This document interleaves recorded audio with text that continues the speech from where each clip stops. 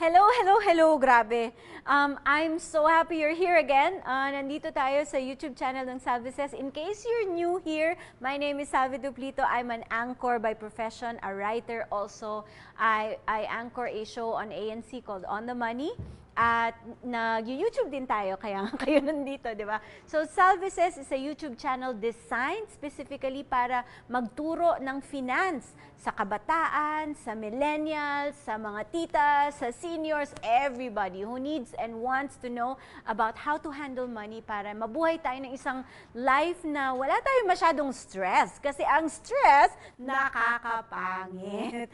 So, gusto natin masaya lagi, kaya kailangan ayusin natin pati yung pera ay yung part ng buhay natin na financial kasi yun yung lagi nating nakakaligtaan. Pero yun din ang laging pinoproblema ng mga tao.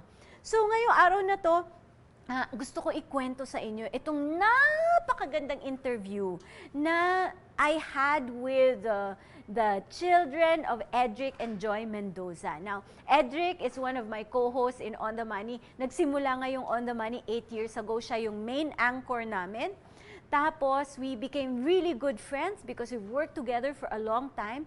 And last year, siya at saka si Joy, ang kanyang beautiful, gorgeous wife, allowed us to visit them and talk to them about financial matters. So, financial literacy, kasi pareho naman itong gusto namin. So, I spoke with the Mendoza Kids, and all these kids, lalo na yung three boys, they have 6 children. Their 3 boys are already investors in the stock market, and they have what I call the Mendoza Portfolio. So pakinggan natin kung saan sila nag-i-invest. I know that Elijah already has, prior to the pandemic, already has investments in the stock market. Yep. And I asked you earlier who among the kids are already starting to learn about investments, so all 3 boys. How do you feel about investing during the pandemic?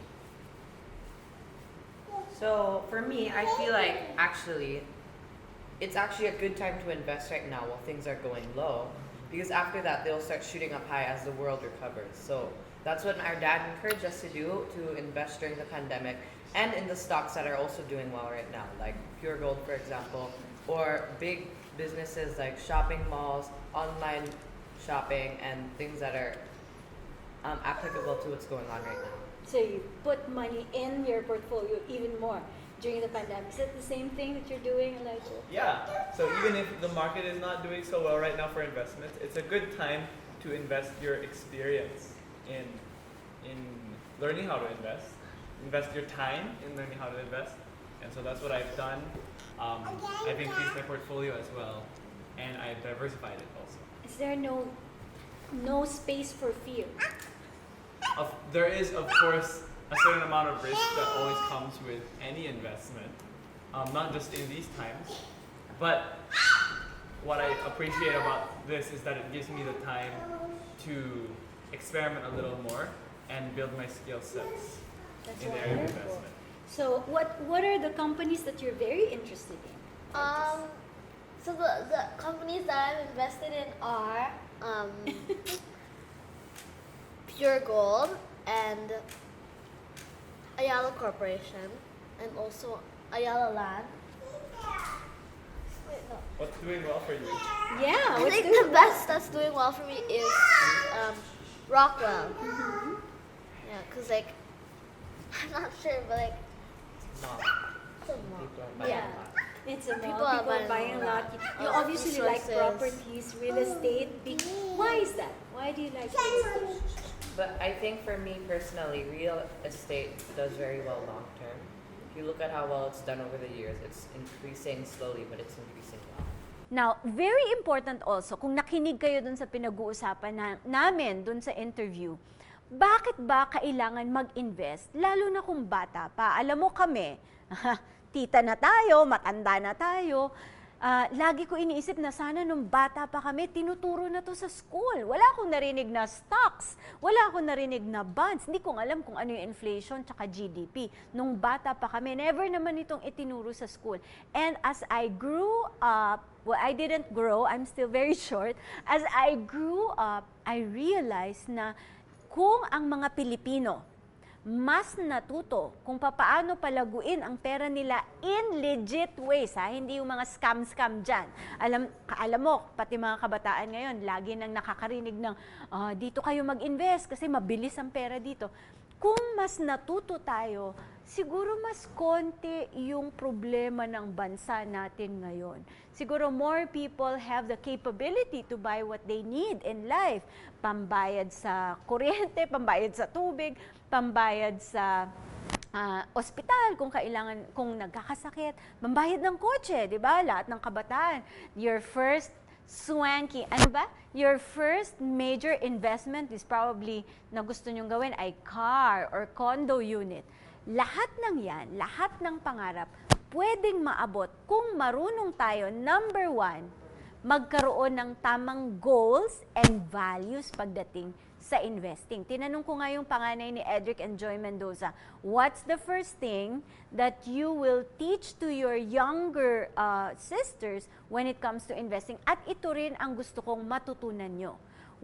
If you want a portfolio like the Mendoza Portfolio, if you want a portfolio na magpapalaki ng pera nyo, kahit na gaano kaliit yan, pwede yan lumaki over time. Kung gusto nyo ng ganon, simulan nyo sa tamang goals at sa tamang values. Pakinggan nyo sila. The girls are maybe going to be curious in a couple of years.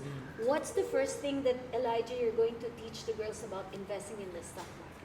The first thing before I teach them about investing would probably be the right values on how to handle money, how to save wisely, how to earn wisely and not just spend everything as soon as you get it, and the principle of You're being looking at just the person who a likes to go shopping. steward of your money and not just owning it to use however you want. You have to be responsible with it first, and then I would go on to the investing side of things. Your dad is a great follower of the thinking that you have to have goals very clear in your mind first before you do anything, and that's the same with investing. So what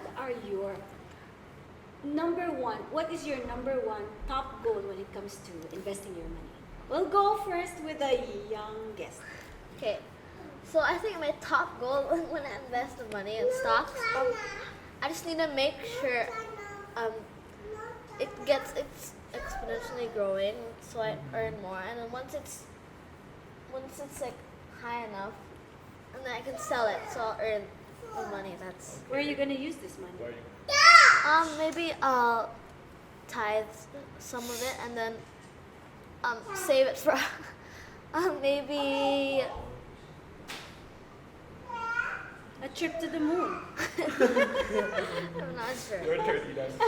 So like what Tina said, yeah, we need to make sure we spend it. But in the end, the goal is to use it for my future, like maybe my college or even if I start a business someday when I'm older. So that's what I'm doing stocks for, to help kickstart my future. Wow, so mom and dad will not pay for your college education anymore. Well, they also will. I'll do what I can. Okay, great. Elijah. So for me, my investment goal is really to help have a fund to work with as I start a business, because that's really something that I want to pursue when I graduate, or even while I'm still in college. Is really to have a good foundation in business. And how can I do that? I need to have a capital, and my parents aren't just going to hand that over to me. So that's what I'm doing with my investment. Fantastic. You're all doing so well. Pero ang tanong, paano magsimula? Alam ko yan, ang unang tatanungin nyo sa akin. Paano po ba, Miss Salve? Paano po kami magsa-start? Lagi ko yan naririnig sa mga kabataan. Pag nalalaman nga nila na financial advisor ako, tinatanong, paano ba kami magsisimula mag-invest sa stock market? Bibigyan ko kayo ng 5 tips. Okay? 5 lang, para madali lang maalala. Number 1, i-request nyo sa mga magulang nyo kung pwede kayong bayaran, gumawa ng chores sa bahay. Wala na kayong baon, 'di ba? Lalo na ngayon, pandemya, hindi na siguro kayo binibigyan ng baon ng mga magulang nyo kasi hindi naman kayo lumalabas ng bahay, 'di ba? But you can earn money because investing you need capital also. But you can earn money if you ask your parents to pay you for certain chores. Kunwari, Yung chores naman na pag-aayos ng kama nyo, dapat hindi na kayo babayaran doon. Pero kunwari, you're doing something for the whole family. Naglinis kayo ng buong bahay. Nag-ayos kayo ng garden. O yung nanay nyo, plantita, tinulungan nyo siya. Maybe you can get paid a little bit for those chores para magkaroon kayo ng sarili nyong kapital sa pag-i-invest sa stock market. Number 2, pagkatapos nun, magkakaroon ka na ng, dapat meron kang sarili mong bank account. Hiwalay dun sa nanay at sa tatay mo. Yung sa'yo talaga, nakapangalan sa'yo yan.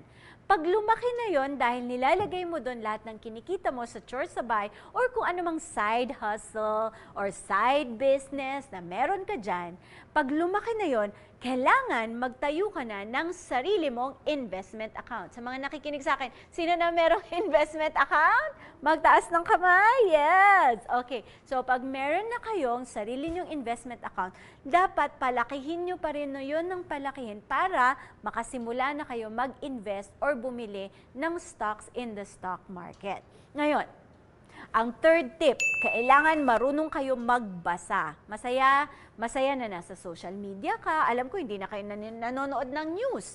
Hindi na kayo, ang binabasa nyo lang yung mga textbooks sa school. Pero from time to time, try to read simple books on investing para meron kayong sarili nyong kaalaman. Sa Google, marami kayong mag-google tungkol sa pag-i-invest sa stocks, pero kailangan na-validate nyo yon. Huwag maniniwala agad sa Google at sa kahit na ano nakikita nyo sa internet. Dito lang sa Salveses, pwede kayo maniwala lagi.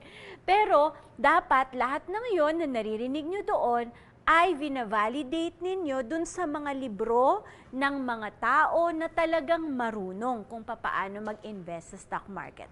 So one of the things na kailangan mong malaman, intindihin, what is a company? What is GDP? What is inflation? At paano lahat ng yon makakatulong sa inyo sa pagpapalaki ng sarili nyong pera? And ano yung companies na dapat nyong bilhin? Alam nyo mga bata pa kayo Kaya mahaba ang inyong time horizon. Ibig sabihin, magmula ngayon hanggang retirement, ilang taon yun? Di ba sobrang haba? Ako malapit na yata. Pero wag muna nating isipin yun kasi ayoko pang isipin ng pagtanda. Pero kayo, mahaba pa yung panahon para palakihin ang pera. So, napakalaki ng universe ng stocks na pagpipilian ninyo. So now, how do you start? I suggest you start thinking of companies that you are buying from. So ano ba yung mga companies na binibilhan nyo ng mga gamit, right? Binibilhan nyo ng mga gadgets, mga companies na binabayaran nyo para magkaroon kayo ng kuryente, tubig, because the products of these companies are products that you know. Important kasi pag bumili ka ng stocks, dapat para ang feeling mo bumibili ka ng isang kumpanya para sa'yo. Hindi lang ito parang speculation or gusto mo bumili ka ngayon, bukas milyonaryo ka na. Huwag ganon. Hindi maganda yon. So you think of companies that you use, that you buy from. Yan. Maglista ka na. Tapos pag naglista ka, sa susunod na bumili kayo doon, tingnan nyo kung magaling ba sila. Magaling ba yung may-ari niyan? Matino ba sila magbenta ng mga produkto? Pag yes lahat yon at nagustuhan mo talaga, then you can start buying these companies in the Philippine Stock Exchange. And lastly, go long term.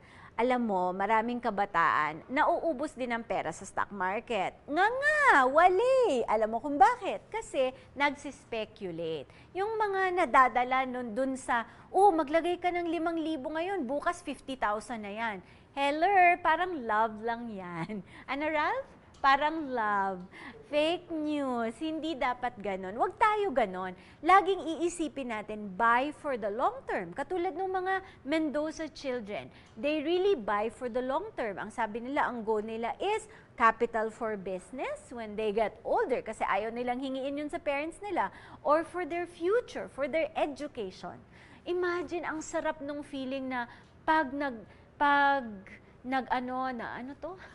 Pag ikaw ay nag-enroll na in college, hindi lahat ng gastos iaasa mo sa magulang mo. O di ba ang sarap nun? Pero alam nyo, sa totoo lang, marami po akong kakilalang kabataan ngayon na sariling sikap naman talaga. Nagtatrabaho para makapag-aral. Minsan pa nga, kayo yung gumagastos para sa pamilya nyo. Saludo ako sa inyo. And if you know how to manage your money better at marunong kayo mag-invest, edi mas kaya nyong alagaan at palaguin ang pera para hindi naghihirap ang ating pamilya. Para nga ma-encourage kayo mga estudyante, mga kabataan na gusto magkaroon ng mas mabuting buhay, the Mendoza Kids prepared a song for us. When You Believe, I think is the title. It will make us all believe in miracles.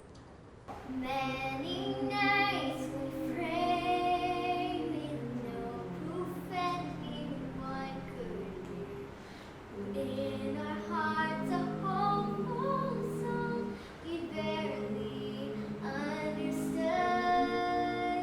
Now we are not afraid, although we know there's much to fear.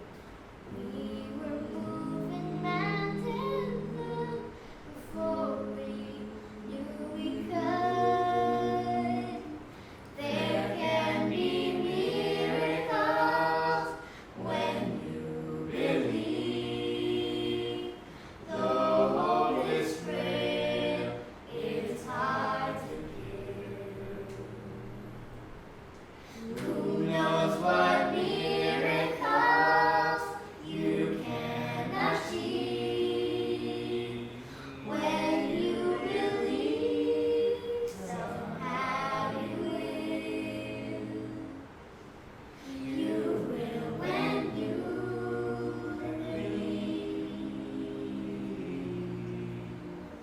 In this time of fear, when prayer so often proves in vain, hope seems like a summer bird so swiftly flown away. But now I'm standing here, my heart so full I can't explain.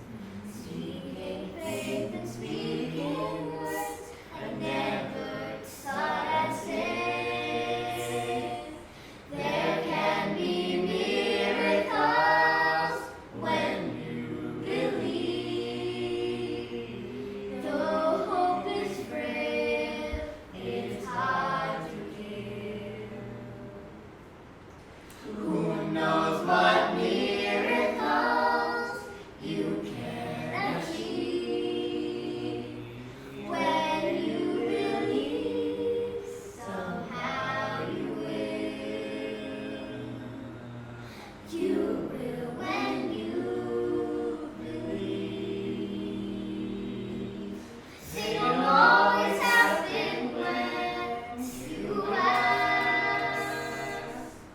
And it's easy to give in to your fears. But when you're blinded by your faith, can see your way through the rain, a small but still resilient voice says help is very near. There can be miracles when you believe. Though hope is frail, it's hard to give. Who knows what miracles you can achieve when you believe? Somehow you will. Now you will.